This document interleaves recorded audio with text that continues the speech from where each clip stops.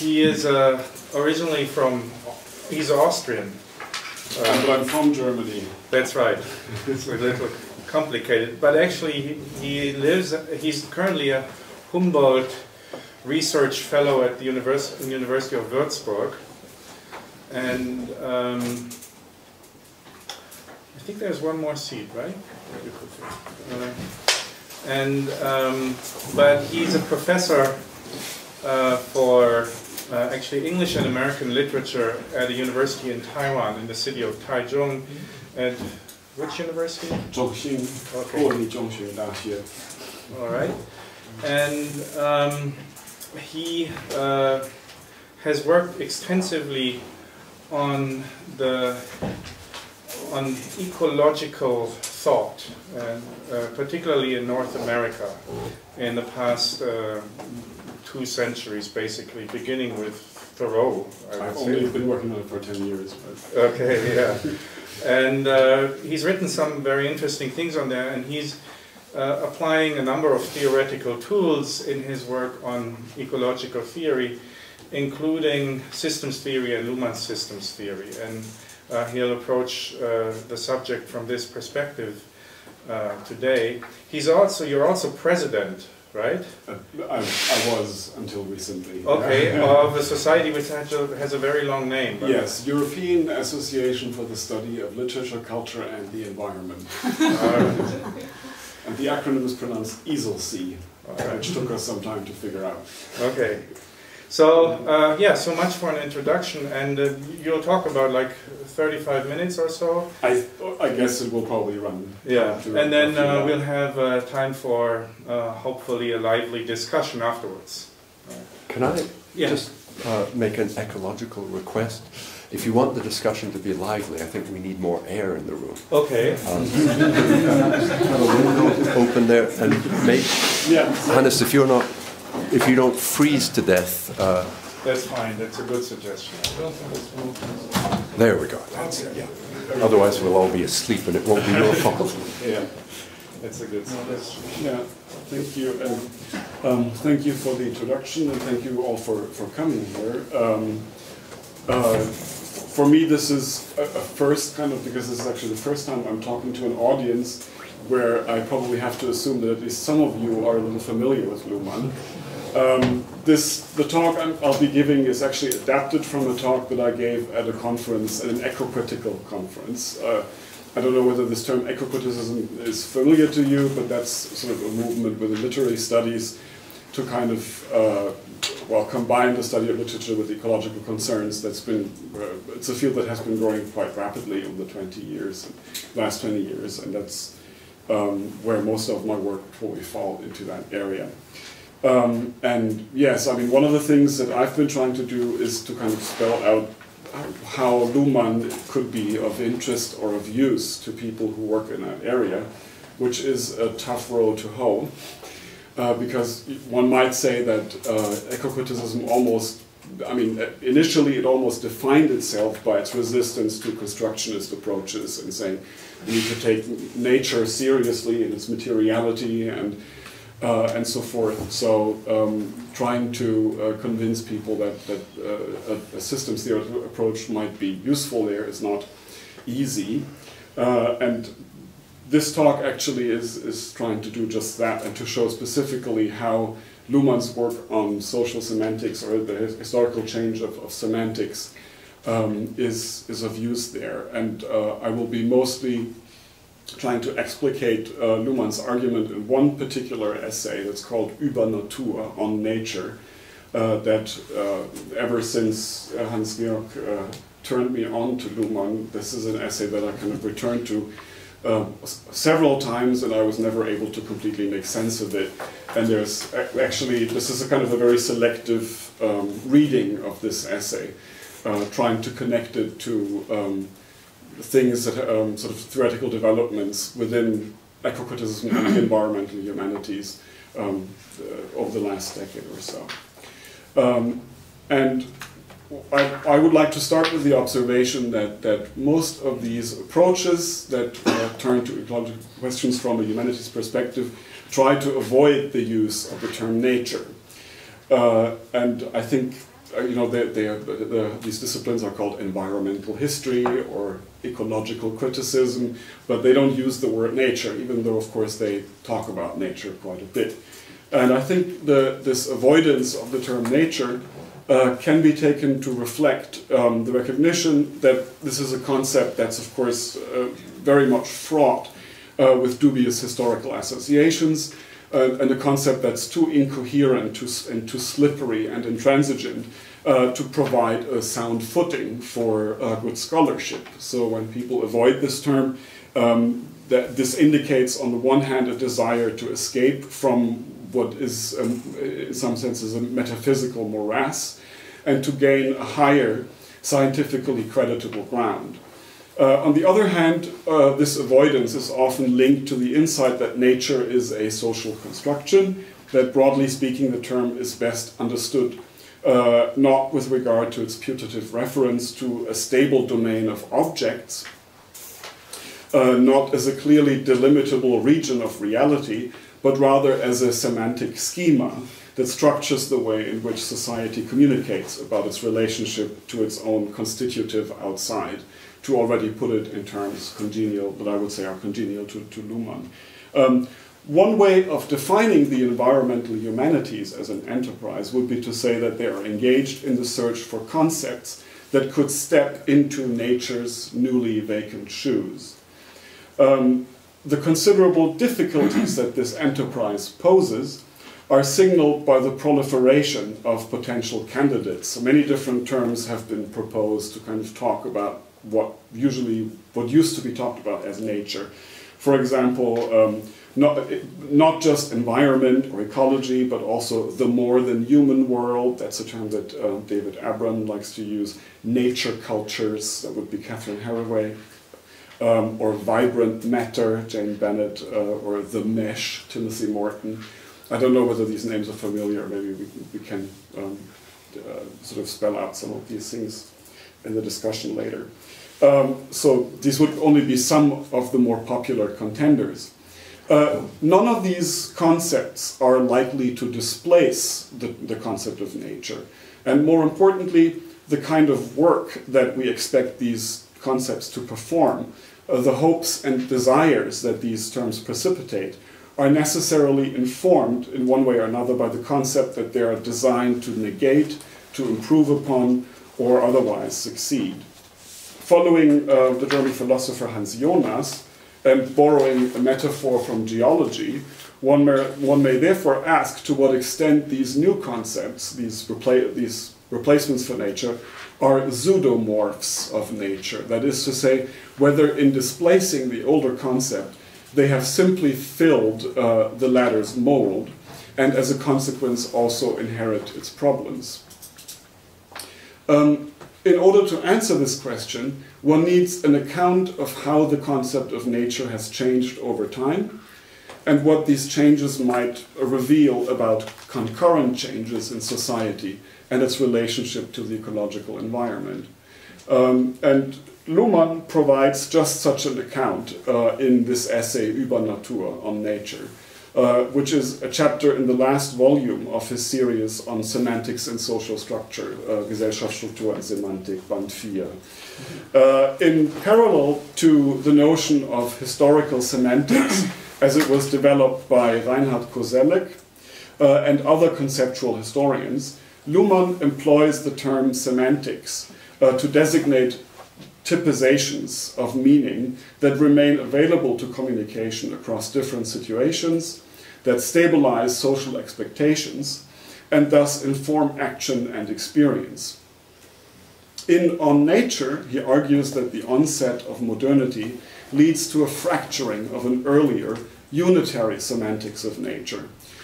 He describes the problems that have resulted from this fracturing, and speculates about the possibility of a new conceptual vocabulary that could avoid the sorts of theoretical impasses that the term nature leads us into.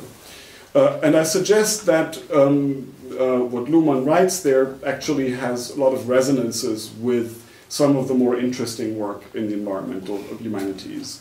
And I think there have been sort of some developments, or the environmental humanities have started to produce accounts of the thing formerly known as nature, as Ursula Heiser writes, that acknowledge the necessarily paradoxical character of any attempt to articulate the unity of society and environment. Following Luhmann, I would argue that these approaches are best able to grasp the actual complexity of the ways in which contemporary society explains its ecological dependencies to itself. So Luhmann actually opens this essay with a blistering polemic against environmentalism. This is a longer quote that I'd like to read to you. If ever there was a unitary concept of nature, the environmental movement has split it in two. Scientific research has shown that nature is unbearable, almost everywhere, either much too hot or much too cold, too full of radiation, and only under entirely exceptional conditions able to support life. The fans of nature, on the other hand, which have been around since the early Renaissance, certainly since the 18th century in the description of large cities, Paris, London, complement this with an entirely different concept of nature.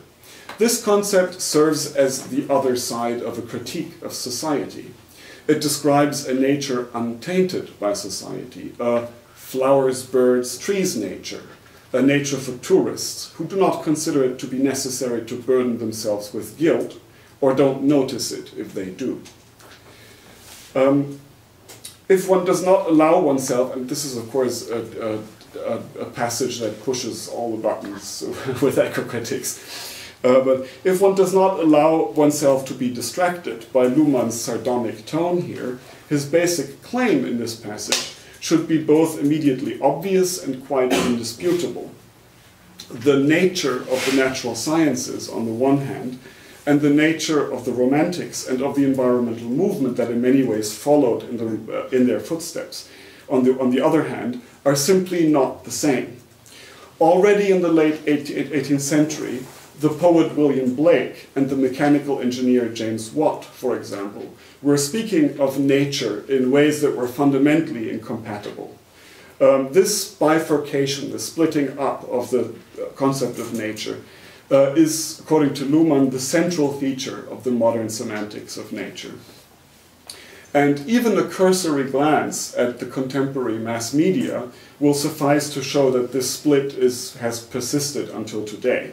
When a website like the Mother Nature Network, for example, advises consumers to choose a, quote, more natural deodorant, this advice would simply make no sense if one were to assume that they're using the term nature the way that the journal of the same name, for example, does. For the natural sciences, there are, strictly speaking, no gradations of naturalness. Things cannot really be more or less natural. Substances produced by chemical synthesis do not follow a different set of laws from those of naturally occurring substances. They are in this sense as much a part of nature as a tree or a rock. And that, one may add, is also the reason why such synthetic substances can cause so much trouble. The nature of the natural sciences, in this sense, one could say, follows a Boolean logic. Like marriage or death, it is either 0 or 1. From a legal standpoint, at least, one cannot be a little married or a little dead. So in the same way, something cannot be more or less natural if you're looking at it from the perspective of the natural sciences. For the natural sciences, that something is natural means, first of all, that it is available for empirical observation, for perception through the senses, as Alfred North Whitehead puts it. It means that it is in this world. If such a thing as an unnatural deodorant were possible, it could be of use only to ghosts or angels or other imaginary creatures. Both for William Blake and the Mother Nature Network, by contrast, nature stands in opposition to modern industrial society and all that it represents. It is the realm of wholesomeness, of innocence, constancy, and simplicity. It is the other the other side of the restless, vain, quarrelsome, disaster-prone human spirit. So on the one hand, then, we have a concept that operates by drawing a distinction between that which is empirically real and that which is not. On the other, we have a concept that distinguishes between what is human and what is natural, or internally reiterating this distinction between those parts of the human world that are natural and those that are not. The first concept of nature aims at a pure description. The second has a very strong normative component to it. Now, this latter normatively charged concept of nature played a key role in the self-critique of modern society, and it assumed a particularly prominent place in the tradition of liberal thought. As Kate Soper has argued, all forms of emancipatory politics rely in one way or another on such a concept of nature. Thus, the American founding fathers, for example, famously appealed to the laws of nature and of nature's God in the Declaration of Independence. French revolutionaries guillotined their opponents in order to hasten the birth of a more natural political order. And if one examines the very famous 1790 controversy between Edmund Burke and Mary Wollstonecraft in Reflections on the Revolution in France and A Vindication of the Rights of Men, respectively, one must be struck by how both of these two thinkers cast their arguments about the respective merits of monarchy and republicanism as a response to the question which form of government is more closely aligned with the laws of nature and therefore more conducive to social stability and human flourishing. Now, in all of these cases, nature served, as Luhmann says, as the other side of a critique of society. Forms of social organization, modern people understand, are subject to change. By contrast, the natural order is seen to stand outside of history and can therefore provide a stable foil of reference, with reference to which the relative progress of humanity can be assessed for better or worse. Nature is invoked in order to mobilize society against itself. And it is not only the fans of nature who employ the concept in this fashion, but also those who, conversely, conceive of it as an obstacle to human self-realization. That is to say, that strand of the Enlightenment, which would include both Marxism and some forms of latter-day techno-utopianism, which view nature as an obstacle or as the realm of necessity from which humanity needs to extricate itself. Luhmann points out that all of these views, well, actually, this is already my gloss on Luhmann. Luhmann doesn't speak about Wollstonecraft and Burke, for example, but what Luhmann points out that the modern conception of nature differs very sharply from the concept of nature which had prevailed in European society throughout the Middle Ages. And this concept was largely indebted to Aristotle and the scholastics who followed in his footsteps. It was not based on the distinction between nature and the human, or culture, society, or whatever, but rather on the distinction between perfect and corrupt states within a natural order that encompassed both society and the natural world.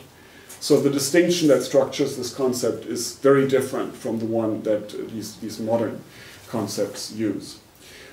This older concept of nature assumed that all beings had an intrinsic tendency towards perfection, what Aristotle calls their entelechy, even while it made room for cases in which these entities fail to realize the goal of their being.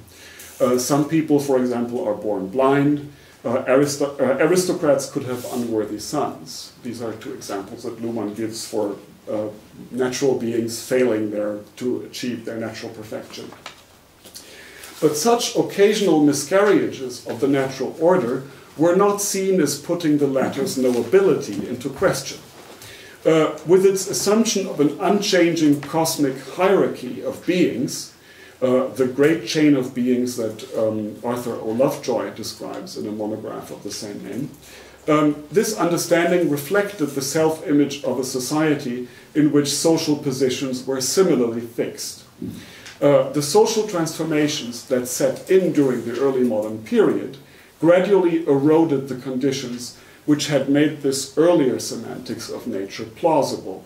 And of course, this is, with this argument, I mean, that's basically the argument that Luhmann reiterates in all of his essays about semantics, that he tries to show how these shifts can be correlated to the shift from medieval stratified society to a functionally differentiated society, and he does the same in this essay, of course. According to Luhmann, this development must be understood in terms, oh, yeah, that's just what I said. Don't need to read that. In On Nature, he details how this shift affected thinking about political order, about the law, and the arts. In all of these fields, he argues, the appeal to nature as a principle underwriting the ordinary course of events, no matter whether social or natural, was superseded by the elaboration of norms that were specific to each of these discourses or social systems, to use Luhmann's term. While one could still understand these norms as natural, it became less and less possible to think of them as normal. Whereas in the earlier understanding, quote, nature did not require the prescription of its opposite. It now had to rely on proper social arrangements in order to assert itself. And it could, therefore, as indicated above, be invoked not only in order to explain why the world is the way it is, but it could also be invoked to call for social change.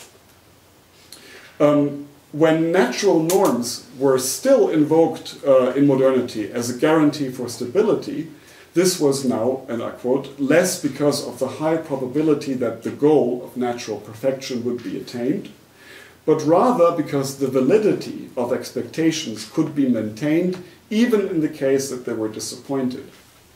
End of quote. The upshot of this historical shift was that by the late 18th century, the earlier unitary semantics of nature, this Aristotelian semantics of nature, had splintered into a babel of competing vocabularies, only two of which still aspired to the same kind of universality that the earlier concept of nature had had. And I quote from Luhmann again. On the one hand, nature was now the object of scientific research and the totality of its results. On the other, the term designated the other side of spirit, Geist, and thus that which the Romantics unsuccessfully sought to attain and communicate in their reflexive exertions. End of quote. So against this background, it should be clear that when Luhmann, at the beginning of this essay, that this conditional statement with which Luhmann opens on nature, if ever there was a unitary concept of nature, the environmental movement has split it in two. The point of that statement is, of course, not actually to accuse the environmental movement of having split the concept of nature, or having brought this bifurcation about. Rather, what he wants to stress is the belatedness and the futility of environmentalism's reliance on holistic conceptions of nature in order to argue for social reform. The critique of modern society with reference to natural norms, such as balance or the harmony of nature and so forth, is, Luhmann would argue, itself a quintessentially modern gesture, and in reiterating this established pattern, environmentalism also unwittingly reproduces the old conceptual bifurcation of nature. So he's simply saying the strategies that environmentalists employ simply reproduce this problem rather than addressing it.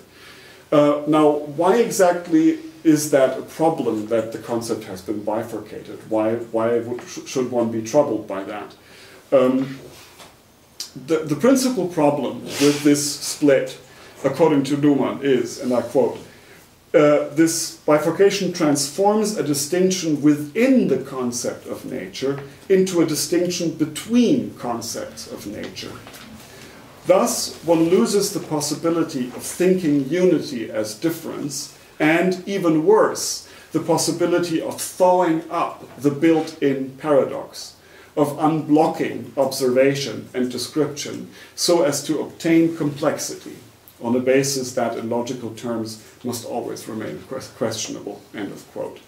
And I think this is really a key point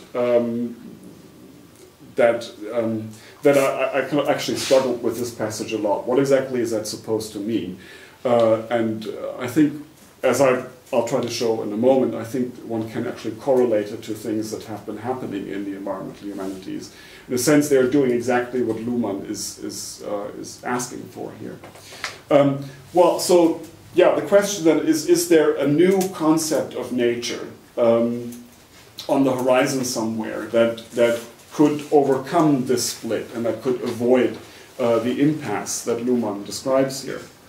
A concept that would be able to grasp, as he says, the unity of the difference that constitutes both society and its ecological environment.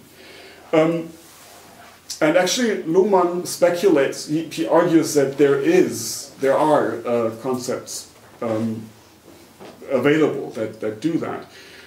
And he suggests that the distinction between entropy and negentropy, as it emerged in the middle of the 19th century, with the simultaneous development of thermodynamics and evolutionary theory, offers just such a possibility.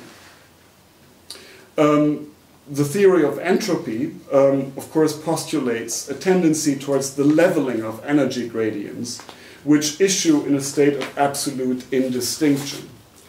On the other hand, evolution describes the opposite tendency, whereby the improbability of differences is continuously transformed into the probability of their preservation and further ramification.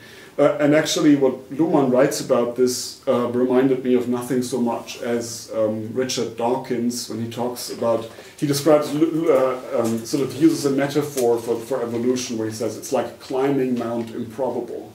Evolution kind of produces ever more unlikely outcomes and kind of stabilizes them and pushes them further up this mountain of improbability.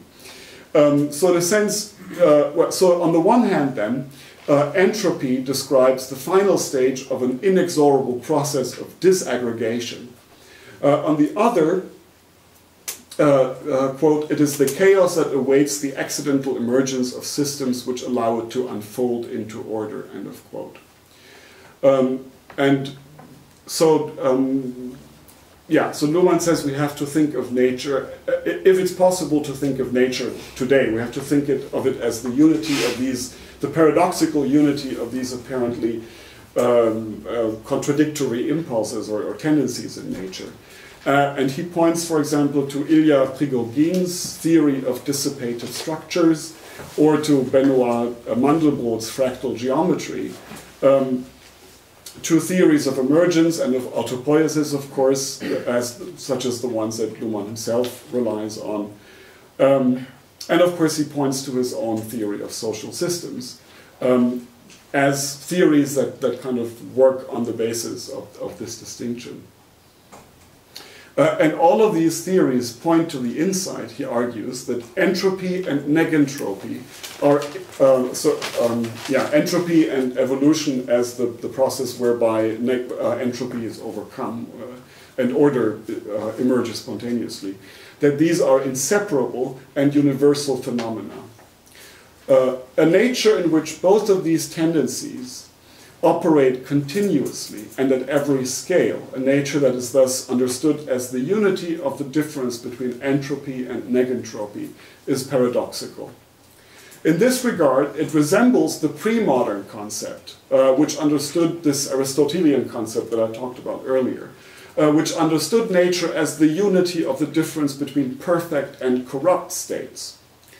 However, unlike this earlier concept, it does not resolve this paradox by distributing the things of the world along a hierarchical scale between the perfect and the corrupt, nor does it need to designate a particular part of nature as the apex of that hierarchy, which could then represent the whole.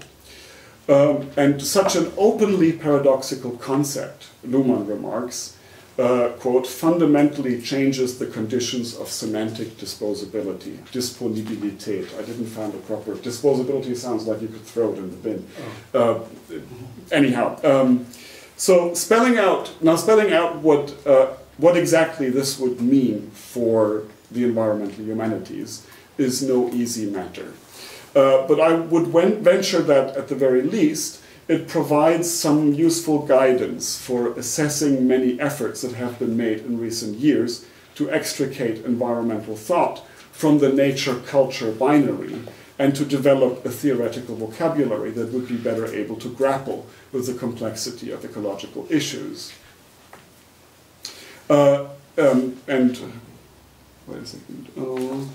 And such efforts, I think, one could say that they succeed precisely where they allow for ironies and ambiguities, where rather than dissimulating paradoxes, they seek for original ways of unfolding them.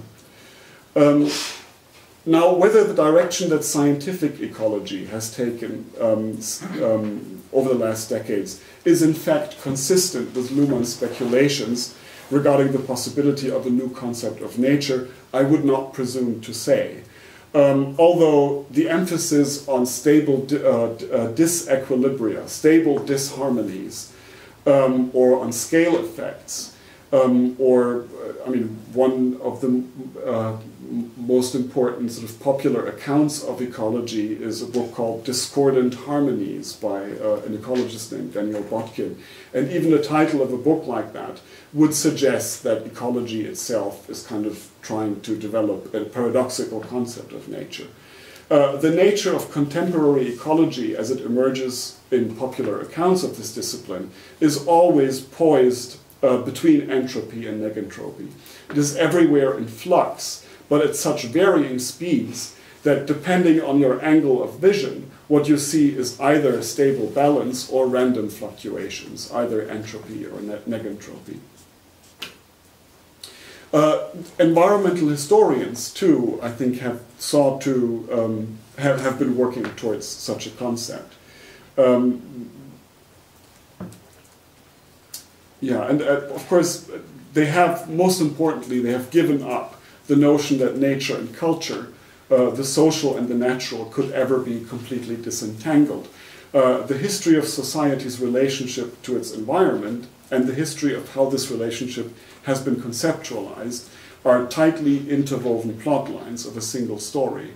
The emphasis on nature's hybridity and on the need to study the ecological environment as a socio-natural site. This is a term that a group of environmental historians in Austria have proposed. Thus reflects not only the material givens of the world that we inhabit now, but perhaps more importantly, an acceptance of the insight that it is not possible to look at our relationship to the world from a position outside of that relationship. From such a perspective, the paradoxical character of the concept of nature is not a logical defect, but rather an enabling condition for social adaptability. And I'd like to quote the American environmental historian Richard White, who says that, quote, "Our values and our ways of thinking contain multiple possibilities. Our values are often as contradictory as our thinking is paradoxical. And this is good news rather than bad, because it creates possibilities for change without calling for the wholesale transformation of human values and ways of thinking." This is actually quite similar to what Luhmann says at the end of this essay, where he says we have to be flexible in our vocabulary so that we can react how to put this? That we can be flexible sounds kind of unsatisfactory, but I'll leave it at that for the moment. Within my own field of eco-criticism, approaches have been gaining ground which share a greater sensitivity to the ironies and internal contradictions of environmentalist discourse. The insistence on the co-production of the social and the natural that is shared by the various new materialisms, which is currently very en vogue. The foreground of hybrid entities as necessary sites of political contestation, as Terrell Lousley writes, for example, or Timothy Morton's recasting of ecological interconnection as a mesh without an outside. All of these can be understood as attempts to overcome the modern bifurcation of nature and to confront the paradox of nature head on and to unfold it in new and productive ways. Importantly, I think, for me, one of the important conclusions that I would draw from Luhmann's text, though, is that we should not try to consign the concept of nature to the dustbin of intellectual history, as so many people have tried to. The new conceptual vocabularies that the environmental humanities devise in order to get a better grasp of the relationship between society and the ecological environment, these new vocabularies may thrive rather well in the garden plots of academic discourse. But whatever precision and expressive power they possess is a result of very careful cultivation, if sometimes less than sufficient pruning. My guess is, if they were released into the semantic wilderness that lies beyond, where the more natural deodorants roam, they would, if they survived at all, quickly revert to form, as happened with environment and ecology, which in common parlance have become near synonyms of nature. So they've basically, they were introduced to kind of get over the problems with nature, but in the way that they're actually used, they've just become synonyms for nature. The task of ecocritics and environmental historians therefore should not be to weed out obsolete concepts so as to replace them with better ones, but rather, in Reinhard Koselleck's words, to reconstruct the socio-political context that is condensed in these concepts. Or, to put it with Luhmann's terms, to explain the conditions of plausibility, why certain concepts flourish in certain social settings and others don't.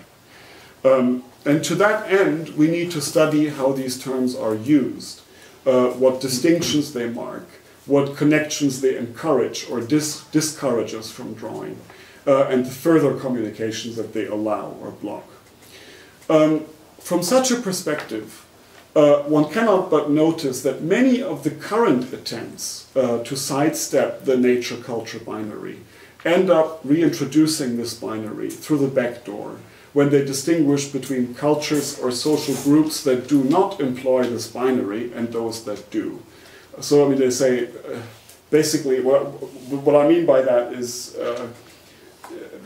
many ecocritics will tell you Western culture is bad because it has this binary between nature and culture, and this or that indigenous culture is good because it doesn't have the binary. But of course, they're using a binary between natural cultures and non-natural cultures. They're, in a sense, saying Western culture. So they're really kind of simply pushing this binary to a different level in that way. And even where ecocritics engage seriously with scientific ecology, the expectation very often continues to be that this could somehow yield moral dividends, that ecology could, to quote Luhmann once more, serve as the other side of a critique of society. And one can see this problem, for example, I think, in the work of Timothy Morton. I don't know whether any of you have heard of this guy. He's made quite a big splash in the environmental humanities lately.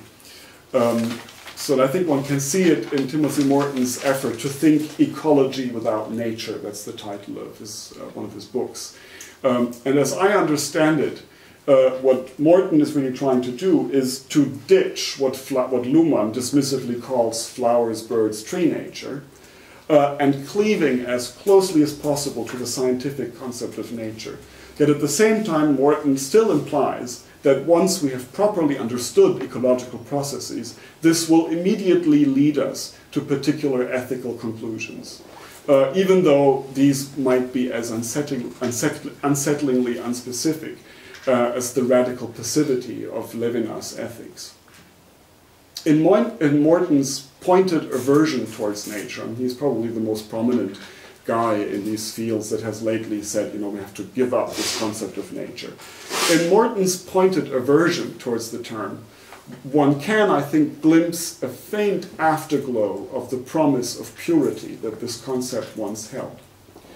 Perhaps then the environmental humanities should focus less on the elaboration of ever new, historically uncontaminated substitutes for nature, and instead direct their attention to the many differences that this concept contains. I think that's where I stop.